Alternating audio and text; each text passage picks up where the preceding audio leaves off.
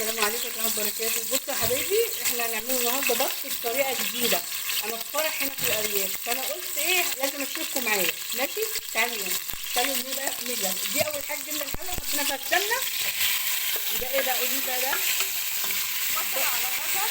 ايوه. على ثوم سليم يعني. اه. وعلى فلفل اسود وكمون وشويه بهارات، 7 بهارات ومعلقه سكر بس كده، ونديهم تشويحه حلوه قوي على البوتاجاز، وبعد كده بنقوم ايه ننزل عليهم بالبط، صح كده؟ اه. طب اهي كده، وبعد كده ايه بننزل عليهم بالبط. هي بتاخد تشويحه يعني دقيقتين 3 كده، صح كده؟ ايوه. على فكره اللي معايا ديت مرات اخويا، ها يعني هنشركها معانا النهارده بقى في الفيديو بقى، معلش بقى. كده انت بقى حطيتي فلفل ودي مرقه. دي مرقه. ايوه. وبتحطي ملح يوميا برضك ولا الملح لا؟ لا، الملح لما الحاجه تتهري وتكون مستويه. طب ماشي. وادي ورق اللوري وديت كوبيبه. دي كوبيبه صيني دي ولا ايه؟ لا، ده ليمون مجفف. ليمون مجفف. اهو قدامنا ايه نشوحوا فيها على النار. ايوه. ده ايه بقى يوميا ده؟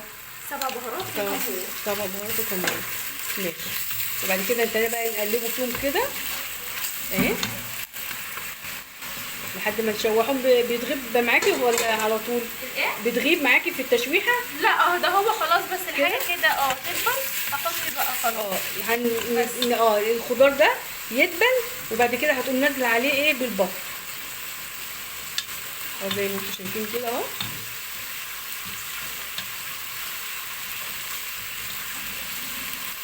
ماشي اهو خلاص كده. حطي بقى منين، خدي بقى المعلقه بتاعتك واعملي بقى بتسيبيها بقى كده وبتغطي عليها، صح كده؟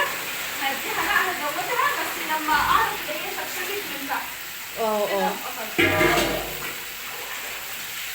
هتقلبيها صح كده يا منين؟ ايه؟ هتقلبيها. لا، مش بتسيبيها؟ هي كده عشان الدهون بتاعتها تنزل برضه. طب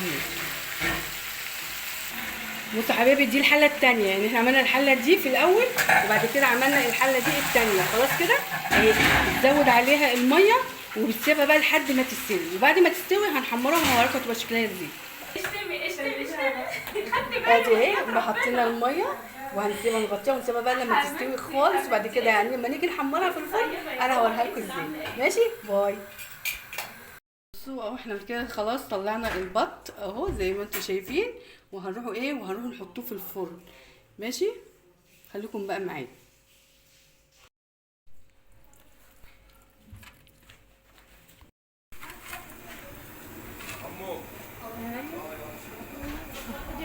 اهي لما طلعت من الفرن بسم الله ما شاء الله. ايه رايكم؟ دي كانت وصفة النهارده من مطبخ ونوعات ماماها، واشوفكم فترة جديدة بإذن الله، والسلام عليكم ورحمة الله وبركاته.